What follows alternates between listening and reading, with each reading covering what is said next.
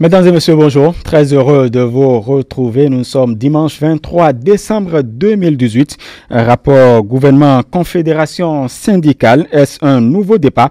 C'est la thématique centrale qu'a abordé ce matin votre émission, le débat politique sur votre chaîne.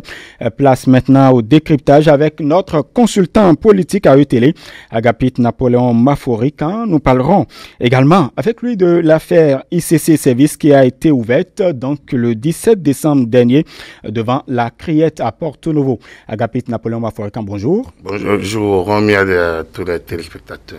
Vous êtes expert en gouvernance, vous êtes consultant en médias et communication, consultant politique à ETélé. L'étude globale de plateau de ce matin. Disons qu'on a eu droit à des syndicalistes responsables qui savent maintenir le cap. Je pense qu'ils ont pris la mesure de la rencontre avec le chef de l'État et ils sont disposés à l'accompagner. Mais ils ont également leur attente. Je pense que, comme on dirait l'autre, ils ont saisi la main tendue du président de la République et attendent que le gouvernement donne la preuve qu'ils ne se sont pas trompés en faisant confiance au chef de l'État. Je pense que vu ainsi, on peut dire que effectivement, ça pourrait augurer d'un véritable nouveau départ. Est-ce qu'on pourrait le dire, puisque vous en parlez déjà, est-ce qu'on pourrait dire que c'est un nouveau pacte social que soumet le gouvernement au niveau par rapport à... Non, le pacte est soumis. La rencontre elle-même, le chef d'État a parlé donc de l'accompagner, qui les concerne certaines de choses, mais les réformes étaient nécessaires, donc de l'accompagner. Donc le pacte est derrière, le nouveau pacte est soumis. Ça, c'était depuis la rencontre de jeudi dernier. Le problème est de savoir, est-ce que pour dialoguer, comme ils l'ont dit, il faut être deux. Il faut être deux. Il me semble que les deux parties au dialogue sont politiquement prêts. Parce qu'il y a un Conseil national du dialogue social. Oui. Donc, le dialogue est ouvert, existe. Le groupe de M. Atibé a toujours fonctionné normalement, donc, et avec tous les partenaires sociaux. Donc, là, c'est le dialogue technique. Mais je pense que le dialogue politique a été instauré. Le pacte social politique a été lancé par le chef de l'État. Les syndicalistes qui sont l'autre partie donc de ce dialogue ont saisi la main. En tout cas, dans leur immense majorité, parce que on a écouté Kassamampo, on n'a pas eu Noël Chadaré qui aurait pu être là et qui a préféré un autre plateau. Donc, on met ceux qui étaient sur le plateau, ont su poser la problématique en disant oui, nous acceptons de rentrer dans ce nouveau pacte. Et M. Mampo est resté dans la dynamique qui est la sienne. Mais je pense qu'il ne désespérerait pas quand il verra bien que effectivement le train social avance sans lui. Comme d'ailleurs il avance face à ses prédécesseurs qui ont dû de temps à autre rattraper. Mais c'est bon aussi qu'il porte la voix de son groupe. C'est un groupe autour duquel il est, dont il est le leader. Et en soulevant leurs préoccupations. Peut-être pas avec le même ton, mais c'est un ton propre à ce groupe. Il appartient au gouvernement, donc de savoir satisfaire les différentes parties. Je pense que le chef d'État est resté maître du jeu. Depuis son arrivée, il est resté. On a vu les autres chefs d'État courir après les syndicalistes, courir après les revendications, s'affoler face aux délirata des partenaires sociaux. On a vu cette fois-ci que le gouvernement est resté maître de calendrier, maître des réformes, et maintenant est disposé. Et puisqu'il est disposé, il doit s'ouvrir à tous les partenaires, même à la CSTB, avec M. Kassamampo. C'est l'UNSTB. CSTB, à la CSTB avec M. Kassamampo. Et voir dans quelle mesure, parce que les travailleurs sont uniques. Il n'y a pas de travailleurs de la CSTB, les travailleurs de la CSA. Non, les Béninois sont uniques, les partenaires sociaux sont uniques. Donc, eux, c'est juste des porte-parole. Donc, même si l'approche n'est pas bonne, il est vrai que dans le fond, il pose un certain nombre de problèmes qui peuvent être analysés par le gouvernement et des solutions adoptées. Donc, un nouveau pacte, oui, il me semble que ce nouveau pacte a été proposé par le chef de l'État le mercredi dernier. Il est accepté par la majorité des représentants des centrales syndicales. Il n'est souvent pas accepté, très souvent dans l'opinion, que des syndicalistes soient modérés vis-à-vis du chef de l'État. Vous l'avez entendu encore ce matin avec Anselme Amoussé qui dit que voilà, ça ne le gêne pas de traiter, ou du moins de l'appeler syndicaliste modéré. Je pense que la CSA Bénin a toujours été dans une posture d'ouverture. Et c'est heureux que M. Amoussou, disons, perpétue cette tradition qui a été un tout petit peu écorchée avec Dieudonné Lokossou. Mais c'est lié au tempérament de chacun. Je pense que ce soit Dieudonné Lokossou, que ce soit avant Guillaume Atibé, que ce soit bien avant, je pense qu'Ibrahima Zakari, si je ne me trompe, ou Paul Dossou, et Léopold Dossou fait à son âme. J'espère que je suis resté vraiment dans la CSA Bénin. Ils ont toujours eu une posture, disons, d'ouverture au dialogue. Et quand vous voyez aujourd'hui M. Amoussou, vous revoyez le CSA Bénin, la CSA Bénin des années 90. Mais qui a pu avoir quand même des acquis? Qui a eu des acquis? Ce n'est pas, on ne parle pas de l'UNSTB du temps du PPB. On parle d'un syndicalisme, mais d'un syndicalisme d'ouverture, un syndicalisme de responsable, un syndicalisme qui connaît ce qu'on appelle le dialogue social, que le dialogue, ce n'est pas des monologues individuels, ce n'est pas des monologues enfermés, mais une ouverture, pas de radicalisme, mais une ouverture d'esprit à poser sa problématique, poser ses diagnostics, poser ses désirata et attendre aussi de l'autre en sachant qu'on n'a pas toujours la main pour tout. Et qu'en demandant, on ne peut pas tout recevoir. Je pense qu'il est arrivé d'avoir des CSA Bénin très fermes, très durs, pour conduire des grèves. Mais on a eu les mêmes centrales disposées à abandonner. À côté de la CSA Bénin, la CGTB plus ou moins, on a connu de très bouillants Pascal Todjinou, mais qui sait aussi, donc, ça se perpétue aujourd'hui quand vous voyez Moudassirou Bachabi, vous voyez qu'il également perpétue une certaine tradition. Il n'a peut-être pas la bougeotte de Bachabi, mais il a le flair, il a cette attente, cette complémentarité qu'il apporte. C'est lui va dire qu'ils sont la preuve sur le plateau, ils n'ont pas applaudi le gouvernement surtout. Ils ont reprécisé le sens de leurs attentes. Ils ont montré les points de divergence avec l'exécutif. Ils ont montré qu'il y a des questions sur lesquelles ils n'ont pas encore eu satisfaction. Mais ils ont montré leur disponibilité à la collaboration. Et le syndicalisme, ce n'est pas le conflit permanent, c'est aussi l'ouverture, c'est au dialogue. Et comme on dit, il faut être deux pour dialoguer. Ces centrales donnent l'attitude. Mais moi, comme je dis, je ne veux pas me mettre dans une posture donc de diabolisation des autres. C'est pour ça que je vous dis qu'en réalité, la CSTB, qui, il faut le dire, est d'obédience communiste. C'est une émanation du Parti communiste du Bénin. Donc vous comprenez, quand vous voyez la CSTB... Et donc la posture s'y retrouve. Exactement, elle s'y retrouve. Et comme on est en démocratie et que ce courant existe, bon, il faut en tenir compte et savoir que ce qui compte, c'est la fin qui justifiera les moyens. Et qu'à partir du moment où le dialogue existe, à partir du moment où les attentes sont comblées, à partir du moment où le gouvernement met les choses sur la table, essaye de faire une pédagogie convenue et rassure les partenaires sociaux, je pense que la CSTB ne peut que prendre le train en marche. Est-ce que, par exemple, le dialogue social peut exister sans la charte du dialogue social? Mais non, il y a une commission nationale de dialogue social, donc naturellement, la question des chartes va être réglée. Ça, c'est la question technique. Ce dont nous parlons aujourd'hui est beaucoup plus politique. Pas social politique. Oui, parce que les aspects techniques se discutent. C'est pas le chef d'État qui va faire réunion pour discuter des aspects techniques du dialogue social. Il n'a pas ça à faire. Lui, il est là. Il est le garant de l'unité nationale. Il est le garant de toutes les communautés, de bon fonctionnement de nos institutions, mais également de développement harmonieux des différentes couches. Donc, ce que lui fait, lui l'apporte, lui donne il montre la voie. C'est suivre le guide. Il donne l'orientation. Donc, après il donne l'orientation, les autres sont là pour mettre en musique. Donc, la Commission nationale du dialogue social, dans laquelle siègent toutes ces personnalités des centrales syndicales, cette Commission nationale est là pour régler la question de la charte. Il faut effectivement une charte. Il faut effectivement une typologie des revendications. Il faut un mode opératoire. Je pense que les lois qui sont là, même querellées, ont le mérite d'exister et d'être actualisées par rapport à notre contexte, dans notre environnement. Le Code du travail tel qu'il était engagé, comme la loi sur la fonction publique de 86, ne répondait plus du tout à une administration de développement, qu'elle soit publique ou privée. Donc, est-ce qu'aujourd'hui, la loi sur l'embauche est la meilleure? En tout cas, elle a le mérite aujourd'hui d'exister et de poser la problématique de la question salariale.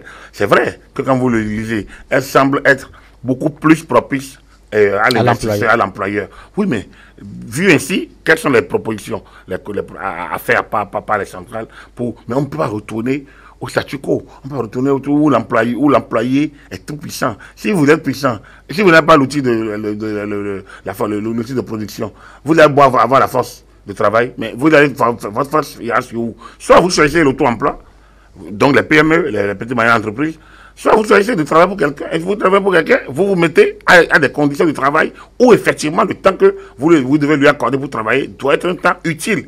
Et non, ce dont nous assistons dans nos administrations, où chacun essaie de trouver des petits subterfuges pour échapper à l'emploi, où l'employé a tellement de droits qui peut enfermer l'entreprise, pousser l'entreprise vers le gouffre. Or, si l'entreprise va vers le gouffre, c'est la poule aux yeux d'or qui disparaît. Et si elle n'a plus d'œufs d'or, tout le monde en pâtit. Donc, la question est de savoir comment faire pour que l'entreprise prospère, pour que l'investissement croît et qu'au même moment, que l'investissement croisse et que l'entrepreneur, l'employé, trouve son compte. Que la force de travail qu'il exerce ne soit pas une force vaine et une force mal rémunérée. Voilà un peu la question telle qu'il faut la poser. Est-ce que la loi sur l'embauche est une mauvaise loi? Il ne faut pas le dire. Quelles sont les faiblesses de la loi et comment les corriger? C'est de ça qu'il faut, par exemple, poser le problème. Donc, je pense que ces niveaux-là peuvent être discutés au niveau donc, de la Commission nationale du dialogue social. Et s'il y a des propositions pertinentes, c'est sûr que les députés ne sont pas sourds. Ils auront l'occasion donc de revenir là-dessus. Il faut que le lobbying des travailleurs, des centrales syndicales soit également huilé. Cela passe par une posture de responsabilité. Mais quand c'est la posture de dire non, nous on va en grève, cette grève sans service minimum, ça fait leur problème, nous on s'en fout. Ça, on a l'impression d'avoir affaire plus à des irresponsables qu'à des responsables de syndicats. Donc, je pense qu'aujourd'hui, nos centrales syndicales ne sont pas du tout dans cette posture et c'est heureux ça peut augurer effectivement de ce nouveau départ dont nous parlons. Et donc, pour un pays qui se veut moderne, comme le Bénin, par exemple, au regard des ambitions du gouvernement, du président de la République, quel type de syndicaliste nous devrons rêver pour le Bénin? Mais ça, je viens juste de décrire. C'est pas un syndicat de conflit. Et on en a connu. On en a connu. Vous prenez quelqu'un comme Ibrahima Zakari, d'abord du Sina Postel, et puis après c'est Sabéné. Ce ne fut pas des va-t-en-guerre. C'est des personnalités, c'est des gens, le pôle dessous. Ils savent parler, ils savent être fermes face au gouvernement. Ils savent porter les revendications. Mais quand ils ont fini de le faire, ils savent écouter également les revendications et ils savent parler à la base. Aujourd'hui, ça se perpétue. On a eu les Guillaume Atibé, d'abord à l'OETB, ensuite c'est Sabéné. On a eu d'autres, que je ne vous ai pas eu de Pascal Tondino. Ils ont eu leur temps. Mais le syndicalisme aussi évolue, notre société évolue. Tel que eux, ils ont travaillé dans les années 90, on n'est plus dans les mêmes conditions aujourd'hui. L'environnement a évolué. Notre société on doit travailler. Il est clair que le Béninois ne travaille pas. Quand il est dans son entreprise propre, il travaille. Quand c'est pour l'autre, il ne travaille pas. Il a l'impression que c'est la chose de l'autre. Il faut amener les travailleurs à savoir que c'est le fruit du travail. Et que c'est parce qu'ils n'ont pas encore l'outil du travail qu'ils travaillent pour. Et que la force de travail qu'ils doivent mettre à la disposition de la production de la richesse pour que l'entreprise prospère, qu'ils doivent pouvoir le faire avec beaucoup de sincérité et beaucoup de loyauté. Je dis que ce n'est pas toujours le cas. Parce que soit c'est pour l'État, soit c'est pour l'autre, c'est pas pour soi. Et on vole. Et on dit très souvent, l'État c'est nous. Donc vous comprenez que ce dont il est question, c'est de ce partenariat gagnant-gagnant qui est que je vous mets un outil de travail à disposition, vous mettez votre force de travail à ma disposition. Nous concourons tous vers la prospérité de l'entreprise. Et si l'entreprise prospère, nous serons tous amenés à en tirer les fruits. Et si notre entreprise commune est le Bénin, si le Bénin prospère, c'est le fils du pays. Le chef d'État est là pour un mandat. Même s'il renouvelle son mandat, c'est là que 5 ans de plus. Il partira. Les gens ont fait 10 ans, ils sont partis. On a déjà connu des chefs d'État qui ont fait 2 fois 10 ans. Ils sont partis. Rien ne s'est passé. Le pays continue. Il y a plein de choses encore à faire. Donc, c'est le Bénin qui va prospérer. Ce n'est pas les individus. Donc, à partir de ce moment-là, les travailleurs doivent savoir qu'il faut qu'ils travaillent. La grève ne peut pas être la première arme de lutte. La grève, ce n'est que l'âme d'exception. Or, on en a fait une première âme. Conséquence, c'est ce qui s'est passé. Je suis d'accord avec Ansel Mahmoud que, effectivement, la loi, qui réduit à 10 jours de grève la semaine, mais l'année, n'est peut-être pas la meilleure. Mais il fallait bien canaliser face à la pagaille. Il fallait bien canaliser face à la pagaille. Mais en espérant que, et c'est ça le souhait du chef de l'État, sinon il n'était plus nécessaire pour lui de les rencontrer, mais en espérant que nous aurons 0 jour de grève durant l'année. Un objectif, 0 jour de grève. Et quand c'est comme ça, chacun se met dans les conditions d'ouverture vis-à-vis de l'autre pour atteindre cet objectif-là. Et ça, je pense que ce sera à l'actif du chef de l'État et ce sera à l'actif des centrales syndicales. Et le premier fruit de cette rencontre, c'est bien le report de l'évaluation intellectuelle des enseignants du secondaire. Par l'annulation. Je pense qu'il y a un certain nombre de malentendus, d'appréhensions qui ont été exposés d'ailleurs sur le plateau, pour lequel je pense que, bon, si le report permet, moi je ne suis pas partisan de l'annulation. Le report, il faut qu'il soit de courte durée et qu'on puisse expliquer, parce qu'il y a des gens qui ont des tares. Il y a des gens qui ont des tares qui transmettent aux enfants. Vous lisez certaines choses, vous êtes ahuri. Ils n'ont pas de place dans l'enseignement. Les moments où tous cas d'enseignants sont terminés, on a vu ce que ça a produit. Donc, il faut que les gens soient dans les conditions. Si tout le monde n'a pas vocation à être enseignant, et il y a d'autres qui ont d'autres qualités que peut-être qu'ils ignorent. Il faut leur montrer le bon chemin. Donc, l'évaluation est utile, est importante. Le problème, ils ont dit oui, on n'a pas confiance. Mais on n'a pas confiance, d'accord. Mais faites ce que doit. Faites ce que doit. Donc, je pense que la suspension est salutaire, puisque c'est le chef de l'État qui l'a concédé. Je trouve que, comme je le dis toujours, cette rencontre est une rencontre politique. C'est-à-dire, le chef d'État, qui est le maître du jeu, doit dire, voilà, j'ai envie que nous marchions dans cette voie. Et donc, pour y aboutir, il a sans doute accédé à une des attentes des desiderata, tant que cela nous permet, à terme, d'aboutir à cette évaluation, sans heurts, sans problème, pourquoi pas. Pourquoi pas. C'est déjà décidé par le président de la République. Et espérons que de nouvelles revendications ne soient sous-jacentes à celles-là. Et c'est ça qui fait craindre parfois, disons, certaines positions donc de compréhension vis-à-vis de certaines revendications. Dès que vous accédez, dès que vous concédez une partie, il y a toujours une autre qui fait tache d'huile, et donc il y a toujours des revendications sous-jacentes, et on en arrive à l'impasse. J'espère que sur ce dossier d'évaluation des enseignants, on n'ira pas à l'impasse. Et outre, bien évidemment, l'existence de la commission du dialogue social, il y a un autre cadre que voudrait le chef de l'État, rencontrer les partenaires sociaux 2 fois par an. Non, le dialogue social se poursuit. La rencontre, c'est pour s'écouter. Comme je vous dis toujours, c'est pas du tout. Ça ne vient pas en amont de l'autre. Ça vient, disons. C'est comme je vous l'ai dit, les centrales syndicales sont porteurs de mandats leur concédés par les travailleurs de leur centrale. Donc, c'est normal qu'ils aient des choses à échanger avec le chef de l'État. Donc, c'est des rencontres politiques. Pas de politique politicienne. Je vais expliquer. Quand je dis politique, c'est des rencontres où on ne s'occupe pas des méandres, hein, des circuits, des contours de dialogue, où on ne règle pas de manière pointue. Non, c'est des rencontres. On écoute, on s'écoute.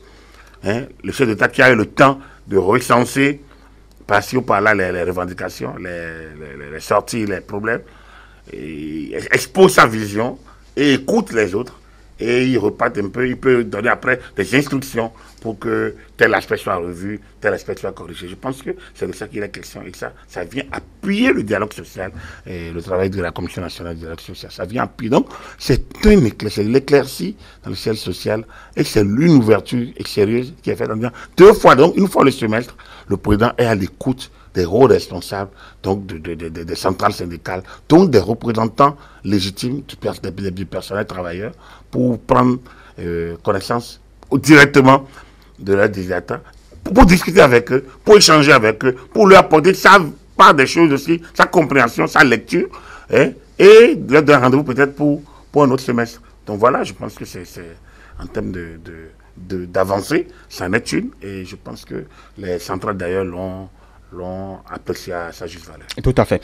Agapit Napoléon Maporé, quand nous allons changer de sujet, on va parler, comme je le disais, de l'affaire ICC Service qui s'est ouverte le 17 décembre dernier à Porto Novo. Donc, devant la criette, c'est une bonne chose. Bon, disons, c'est pas la première fois que le dossier est ouvert. Donc, ce qui est une bonne chose, oui, c'est plutôt la possibilité qui est donnée aux différents acteurs dans un contexte nouveau de clarifier, de lever un coin de voile sur ce dossier.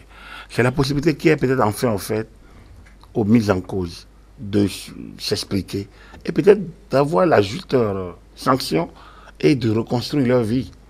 Parce que oui, ils sont fautifs, oui, ils ont péché, oui, on peut les traiter de tous les noms, mais ils ont aussi droit à se reconstruire. Donc, je pense que et puis, au même moment, ce procès permet peut-être à ceux qui tapis dans l'ombre ont encouragé cette activité, ont encouragé disons l'évolution de la situation, ont laissé la situation arriver à un temps de pourriture. C'est peut-être l'occasion pour eux aussi de s'expliquer. Je pense que c'est un procès utile qui s'est ouvert à Porto Novo et ça donne, et vous voyez la sérénité dans laquelle les débats sont menés, la latitude qui est laissée aux mises en cause et aux différentes parties prenantes, donc de poser les questions pour mieux comprendre, pour mieux cerner les contours du dossier. Je pense que c'est quand même à l'actif de notre justice. Au regard tout de même des déclarations, la responsabilité du régime défunt vraiment sont exposées. Non, la responsabilité du régime précédent a été évoquée. C'est tout à fait normal. Vous savez, c'est quand même une situation qui s'est développée dans le pays sur 3-4 années. Et depuis que le dossier a été mis devant les écrans publics, beaucoup de personnes, dont des députés, se sont demandé mais comment le chef de l'État, Boni Yayi, par exemple, peut dire qu'il n'est pas informé. Voilà la question centrale qui a été posée. Les gens ont voulu même parler de la poursuite du président Yayi à l'époque. C'était peut-être un peu trop. Mais il est important que le chef d'État doit pouvoir expliquer, le président Yayi doit pouvoir dire la vérité exactement de ce qu'il connaît le dossier. Parce qu'effectivement, avant, on peut comprendre, il était aux affaires. Donc, si des fusils doivent tomber dans ce type d'affaires, c'est certainement pas lui. Il ne décidera pas de tomber lui-même. C'est tout à fait normal. Mais il se fait que, de 2010 à 2016, le dossier n'a pu être bouclé. Au contraire, de nouveaux actes ont été posés. On a pris des biens, on a vendu. On a mis en place des commissions, toutes des commissions, on a fixé des prix, on a fait... Donc, qui avait habilité à le faire entre la justice et l'administration? Est-ce qu'il n'y a pas eu de collusion? Est-ce qu'il n'y a pas eu d'ingérence? Maintenant, dans le développement même du dossier, est-ce que les mises en cause n'ont pas bénéficié de couverture? Beaucoup le disaient. De la caution, donc, des autorités de l'époque. Beaucoup l'ont dit. Beaucoup d'autorités, dont Adrien Ngwedi, qui était président de l'Assemblée nationale déjà à l'époque. Et il a dit, et non, il n'était pas président de l'Assemblée, mais c'était le leader de l'opposition. Oui. C'est le leader de l'opposition. En 2010, il a dit. Donc, aujourd'hui, il est question pour les gros responsables du régime précédent, franchement, de dire ce qu'il en a été. Autant il n'avait peut-être pas la latitude il y a quelques années, autant aujourd'hui, la criette leur offre l'occasion donc de dire ce qui en a été clairement. Parce que les milliards sont passés où? Les gens font des déclarations. Peut-être qu'il y a peut-être peut-être que tout n'est peut-être pas vrai, mais il n'y a pas de fumée sans feu. Tout n'est peut-être pas absolument faux également. Donc il faudrait que la criette aide à demeurer cet écheveau et qu'on sache concrètement qui a fait quoi. Et surtout, comment l'État a pu laisser une telle situation pourrie quand on sait que ça s'est passé en Côte d'Ivoire, voire au Burkina. Donc les renseignements, à quoi ont-ils servi? Est-ce que ceux qui sont récepteurs des informations des renseignements ont réagi comme il fallait? Est-ce que la justice, le procureur, le parquet qui s'occupe de la poursuite a réagi comme il fallait? Est-ce que les autres... Donc, c'est des questions comme ça qui méritent d'avoir des réponses. Et on a commencé par en avoir quelques-unes durant cette semaine. Mais d'aucuns estiment que c'est un procès à posture politique parce qu'on voudrait nuire à telle personne ou on voudrait salir l'image de la personne. Vous en avez entendu parler? J'aime bien posture politique. Les mises en cause ne sont pas des politiciens. Les actes qu'on leur a posés ne sont pas des actes politiques. Hein? Les mises en cause, ils ne sont pas des politiciens. Les actes qu'on leur repose, qu'on leur reproche, ne sont pas des actes politiques. Maintenant, s'ils se sont livrés à des actes qui ont bénéficié de couverture politique, il ne faut pas que ce soit eux seuls qui payent. Ils sont en prison depuis près de 10 ans. Il y en a qui sont morts en prison. Ils vont se payer, c'est sûr. Mais il ne faut pas qu'ils soient seuls. Ceux qui ont cautionné, ceux qui ont laissé faire, on pêche par pensée, on pêche par action, mais on pêche également par omission. On est fautif par omission, par négligence. On est fautif par caution, tacite. Donc, la responsabilité morale de l'autorité peut être mise en cause. Je n'invente rien. Donc, c'est vrai qu'à l'époque, le gouvernement a pris une première mesure. C'était de circonscrire tout dérapage. Mais après, le gouvernement aurait pu laisser la justice fonctionner. Est-ce qu'il l'a fait? C'est l'occasion de le savoir. Est-ce qu'il n'y a pas eu on a écouté des choses. Il n'est pas dit que tout ce qui est dit là est vrai. C'est pas vrai. Mais il faudrait voir quelle est la part de la vérité et quelle est la part de l'imaginaire. Donc, il n'y a pas de... C'est un raccourci de parler de procès politique. Ce n'est pas un procès politique, c'est un procès, mais c'est le procès de la déliquescence de l'État. C'est le procès de la démission de l'État. C'est le procès de la faillite de l'État. C'est le procès de la décadence de l'État. Et quand vous lisez le rapport du FMI en 2010 ou 2011 sur le sujet, ouais, le rapport a situé les responsabilités à tous les niveaux. Et l'État n'a pas été épargné. C'est ça le problème. Donc, ce qui se passe aujourd'hui, si on n'analyse pas la situation antérieure par rapport... On dit, oui, on veut nuire à un homme. C'est pas parce qu'on a cité Yahi. La criette ne peut pas juger Yahi. La criette ne peut pas juger Yahi. Ne peut pas juger Tokpanou, ancien ministre. Ne peut pas juger les anciens ministres de Yahi. Amazenzino, oui. Amazenzino, oui. Par ailleurs, surtout Tokpanou très peu cité. Et Tokpanou, mais il a fait ce qu'il fallait faire. Il a fait, il est passé d'ailleurs, là, devant il a dit, ce qui pèse un certain nombre de trucs, c'est Amazino, oui, ministre de l'Intérieur, et la dernière déposition donc du général Ankido Somaïga, ancien directeur général de la police nationale, n'est pas pour caresser l'ancien ministre Zinoué dans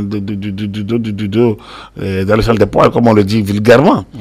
Mais il appartient, donc les documents ont été livrés. Il faut voir, il faut dépouiller les documents pour voir qui est dans le vrai, qui est dans le faux. Donc, dire que demande que le président Yahi, par exemple, témoigne, je ne pense pas que ce soit quelque chose d'avilissant. C'est un sachant. En tant qu'ancien chef d'État, il a été dépositaire de beaucoup d'informations. Donc, il faudrait qu'il vienne éclairer la lanterne de la justice sur ce qu'il en sait. On parle de lui. Les mises en cause ont beaucoup évoqué son nom. Il faut qu'il vienne dire qu'il n'est pas au-dessus de la loi. La question, et ce n'est pas non plus avilissant pour lui, je le dis toujours.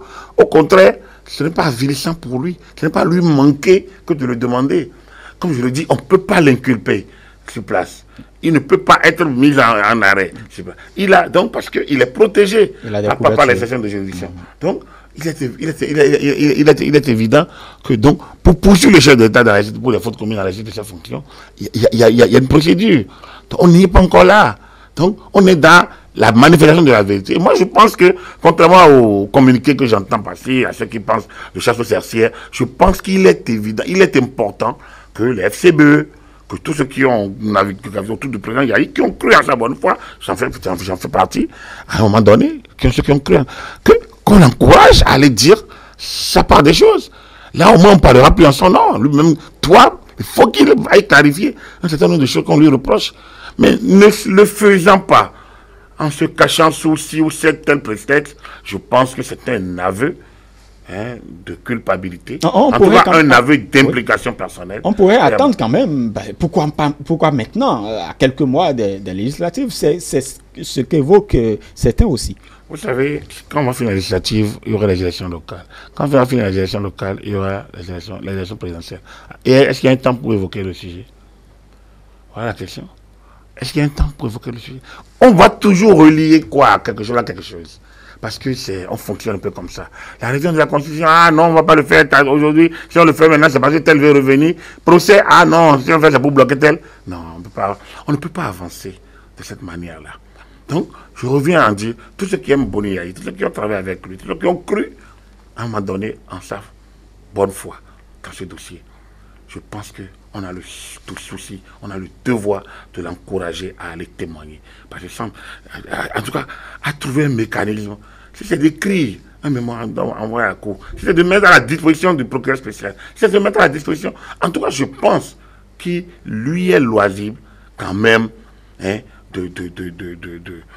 d'apporter sa part de vérité à la manifestation de la vérité. Quand on le dit, ce n'est pas lui, je continue de le dire, ce n'est pas lui manquer, et c'est plutôt son silence, hein, et les interprétations fallacieuses, les interprétations irresponsables de certains disant le soutenir, c'est ça qui rend le dossier complexe, c'est ça qui les rend complices, hein, d'une manière ou d'une autre, en tout cas par présomption, complices donc de ce système-là. Donc, c'est à eux de choisir. Et bon, après tout, après ça, la Cour jugera de ceux qui doivent témoigner ou pas. Voilà. Et pourquoi l'option de retransmission sur des organes de presse? En réalité, la retransmission, c'est une option du ministre de la Justice, sans doute ensemble avec, j'ai lu un communiqué où on dit le président de la CRIET a autorisé. Bon, a priori, moi, population, je suis heureux d'écouter ça en direct. Mais ça pose deux problèmes. Quand les mises en cause, quand les témoins font des déclarations qui les protègent eux au prétoire, mais qui entachent l'honorabilité d'autres personnes. Quand on dit j'ai remis telle somme à telle personne, il faut bien encore justifier. J'ai rencontré tel m'a dit tel. Au prétoire, il n'y a aucun problème. Ils sont protégés. On est en déposition. Ils peuvent parler, ils peuvent oublier, leur mémoire peut faiblir. Donc ils peuvent dire des inexactitudes. Mais quand les médias relaient ça en public, c'est vrai que cela livre certaines personnes à la vindicte populaire. Donc, il y a un gros risque, effectivement, à la... Mais quand vous regardez l'engouement, hein, des citoyens autour, je reviens du Nord, où quand même tout le monde est câblé. Quand vous voyez l'engouement, l'intérêt, c'est que ce dossier a suscité tellement de polémiques que les gens ne veulent plus qu'on le rende compte. Donc, je pense que les mises en cause, les gens dont l'honorabilité a été mise à mal, peut-être par certaines déclarations, il va falloir peut-être trouver un mécanisme pour laver leur honneur, éventuellement mise à mal. Mais cette retransmission en direct, quoi que ce soit les problèmes déontologie que ça pose, par rapport à ce sujet précis, je pense qu'aujourd'hui, on peut dire que cela porte ses fruits. Et ça porte ses fruits, mais l'ODEM s'en inquiète déjà. Oui, c'est ce que je voulais dire. Ça pose des problèmes déontologiques. L'ODEM ne s'en inquiète pas. L'ODEM pose le problème déontologique lié avec l'ODEM et le ministère de la Justice ne font pas la même chose.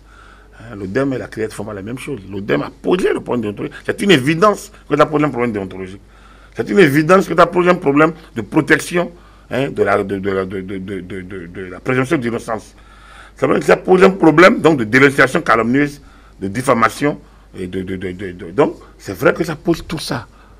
Mais cela dit, c'est un choix. C'est pour ça que je dis qu'il va falloir peut-être que le ministère public essaye de trouver un mécanisme de faire corriger éventuellement les déclarations tapageuses et inexactes qui mettent à mal l'honorabilité de certains citoyens, par ailleurs honnêtes. Parce que j'ai écouté le président Victor Topanou par rapport à cette affaire de 2 millions. C'est quand même... j'ai entendu, on a dit, on a donné 1 million à tel. Est-ce que c'est dans le cadre du dossier?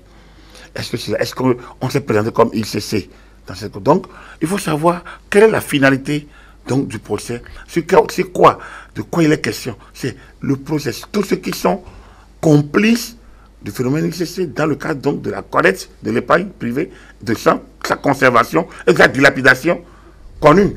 Donc, rentrer dans ce créneau, est-ce que le gars qui passe à votre communion, qui vous invite à un pot, est-ce que tout ça entre dans la ligne? Donc, ça peut intéresser le juge. Ça peut intéresser le juge, ça peut intéresser les avocats. C'est normal, eux, au prétoire, eux, ils posent des questions. Mais cela dit, est-ce que, nécessairement, il faut prêter flanc à cela en lâchant tout ça dans l'opinion publique? on livre ces personnes à la vindicte populaire. On prévoyait 2 semaines pour les débats. Les débats, véritablement, est-ce que les 2 semaines, on n'irait pas au-delà des 2 semaines, compte tenu de l'allure que prennent les débats, quand on se réfère quand même à la première semaine déjà? Ça, c'est le calendrier judiciaire. Oui. Moi, c'est le calendrier judiciaire, je n'ai pas à opiner là-dessus. Voilà, donc le juge, le président du tribunal et le procureur spécial apprécieront et ils aviseront. L'une des attentes des populations ou de ceux-là qui ont quand même déposé leur épargne à ICC Service à cette époque-là, l'une de leurs attentes, c'est bien d'être payé. Pour moi, l'État n'a pas à se mêler de les rembourser. L'État ne leur a rien demandé. Ils sont allés déposer leur épargne. C'est le goût du gain facile. Quand j'ai parlé de la déliquescence de l'État, ça concerne également ces citoyens qui ont couru pour aller déposer leurs sous. Donc je pense que, franchement, à mon avis, hein, c'est un avis plus de consultant, l'État n'a rien à leur payer. Normalement, ils doivent même être poursuivis pour gain facile. Hein, on doit trouver dans le code pénal des incriminations pour les poursuivre, en principe. Mais ça, c'est moi, je ne suis pas juge, donc je ne suis pas procureur non plus, et je n'ai pas qualité à les poursuivre. Mais s'il fallait le faire, moi, j'estime que c'est pas normal qu'ils aient pu se laisser. Alors, on a dit oui, c'est parce qu'on a vu les gens, je ne suis pas le chef d'État. Oui, c'est quand même la première autorité à l'époque. Est-ce qu'il y a eu des spots qui les ont invités à déposer l'argent? Est-ce qu'il y a eu des spots? Il y a une réglementation, nul n'est censé ignorer la loi. Il y a une réglementation en matière de l'épargne, il y a en matière de gain, en matière de pourcentage, je pense. Donc pour moi, c'est évident qu'il n'y a rien à dire. Dans un pays où l'analphabétisme a quand même eu une forte proportion, est-ce qu'on devrait, quand on voit déjà à la télé les responsables de ICC avec le chef de l'État ou quelques autorités... Est-ce que nos lois sont traduites dans la langue nationale? Donc, nous laissons ignorer la loi, c'est le principe. Moi, je trouve que c'est trop facile. Quand vous savez que des banquiers, des gens, pas des moindres, des gens qui sont qu'on publie la liste des déposants, vous verrez bien. Qu'on publie la liste, vous allez voir que ce n'est pas des gens qui sont analphabètes qui ont déposé l'argent. Ce n'est pas des analphabètes qui ont déposé l'argent. C'est des gens, comme vous et moi, qui connaissent la loi. Il y en a même des banquiers. Donc, des gens qui connaissent le code bancaire, qui connaissent la question des gains, des bonus. Non, c'est une société en déliquescence. C'est une société malade, sans repère. Et ça, ce procès, j'espère que... Donc, ouais, quand tout le monde s'acharne sur les mises en cause, je dis c'est vrai, ils sont les responsables premiers. Et si la loi doit leur être... Ils sont en prison depuis 2010. Je peux comprendre, c'est normal. Mais après, il ne faut pas les fautes. La faute... Il ne peut pas être le seul responsable. Il y en a d'autres. Il y en a d'autres. Et pour moi, les épargnants en sont. Et le tort du gouvernement Yahi était de les mettre comme des victimes. Non? Après on a fait des actions qu'on devait faire contre tout à l'ordre public. On devrait pouvoir mettre chacun devant ses responsabilités et laisser maintenant la justice faire son travail. Donc il y a eu trop d'ingérence du gouvernement parce qu'on a estimé que ces gens-là étaient des victimes. Ils ne sont pas des victimes. On n'a pas de spoliés, mais qui les a spoliés? Si vous rentrez dans une tontine privée, en quoi l'État est responsable? Donc l'État prend sa part de ne pas avoir bien régulé le système. L'État a une faute, mais ce n'est pas de rembourser les épargnants, à mon avis. Donc les individus qui sont dans l'erreur doivent pouvoir être sanctionnés, démasqués et sanctionnés. Mais après, à mon avis, l'État n'a demandé à personne d'aller déposer. Et moi, je ne pense pas qu'il appartient à l'État de rembourser qui que ce soit. On pourrait dire aujourd'hui que la CREAT est en train de réussir là où quelques juridictions n'ont pas pu. On pourrait le dire comme ça? Disons que la CREAT a l'avantage d'être nouveau, en fait d'être une nouvelle structure. La CREAT a l'avantage de ne pas être dans les moules précédents. Ensuite, le contexte du procès est différent. Les autorités antérieures qui peuvent utiliser leur position de pression ne sont plus en place. Donc, c'est de nouvelles autorités qui, elles, n'ont pas plongé, en tout cas a priori, mais n'ont pas plongé dans l'affaire. Donc, du coup, tout le monde a la langue déliée pour dire ce qu'il a envie de dire. C'est le meilleur moment pour le procès et j'espère que chacun, nous tirerons les leçons nécessaires pour moderniser, assainir les mœurs dans notre société. À part l'affaire ICC Service, des populations attendent d'autres affaires devant la criette. Maintenant, on y croit. Moi, la criette est une juridiction spéciale qui existe pour prévenir et sanctionner les crimes économiques et le terrorisme. Oui. Donc, toute affaire qui va devant elle, à mon avis, est une affaire qui mérite d'être clarifiée, d'être éclaircie. Donc, comme je dis, chacun joue son rôle, la criette est dans son rôle, ceux qui doivent lui envoyer les affaires sont connus. Donc, pour moi, je n'ai pas une attente particulière sur une affaire. Mais tant qu'une affaire est portée devant la criette, je fais partie de ceux qui ont salué l'avènement de la criette. Je continue de la saluer, de le saluer. On peut même en pâtir. On peut y laisser sa peau. C'est pas un problème. Le pays dépasse nos individus, nos petites personnes. Il se fait qu'on ne peut pas avoir déploré pendant longtemps l'impunité. On ne peut pas déplorer les collusions. On ne peut pas déplorer la corruption. On ne peut pas déplorer la malgouvernance, hein, le terrorisme international. On ne peut pas déplorer tout ça. Et ne pas saluer l'avènement de la criette qui gère ces dossiers dans une certaine célérité.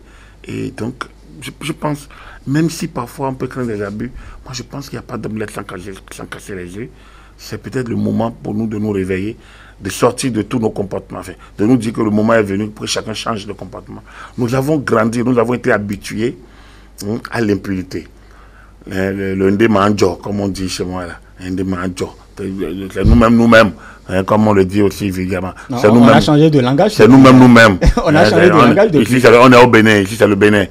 Je pense qu'il faut qu'on quitte ces paradigmes-là, qu'on quitte ces locutions pour entrer dans la crainte de l'État. On doit craindre l'État, la chose publique. Et je pense que l'avènement de la criette et les premiers dossiers qu'il gère rassure. Qui ne tremble pas devant cette situation? Qui va trembler? Qui ne tremble pas? On a connu dans ce pays l'affaire Mani, mais on ne l'a jamais clarifié. On ne sait pas qui a fait quoi. Il y a un rapport administratif, mais ça n'est jamais élucidé au niveau judiciaire. Aujourd'hui, on est passé à l'affaire chez ICC, qui a aujourd'hui, qui se déroule avec une grande célérité, notamment dans la conduite des opérations. Donc, pour moi, au lieu d'avoir peur de la criette, il faut saluer la criette, il faut saluer les responsables, il faut les encourager à poursuivre et faire en sorte que nous puissions craindre l'État en tant que notre patrimoine pour aujourd'hui et pour demain. Après, nos petites personnes peuvent laisser leur peau, ça fait partie aussi des yeux. Si nous passons dans les yeux des omelettes, c'est dommage pour nous, mais gloire au pays, honneur au pays. Voilà. Très bien. Merci beaucoup à vous, Agapit Napoléon Maforican, pour ces moments de décryptage. Nous avons parlé donc de l'affaire ICC Service, également du rapport gouvernement-confédération syndicale. Est-ce un nouveau départ? Avec tout le plaisir, nous vous retrouvons encore dimanche prochain pour le décryptage, un nouveau décryptage. Chers amis téléspectateurs, merci de nous avoir suivis également. Vous retrouverez le service de l'information à 13 h pour l'édition de la mi-journée. D'ici à là, portez-vous bien. Agréable journée dominicale à chacun et à tous.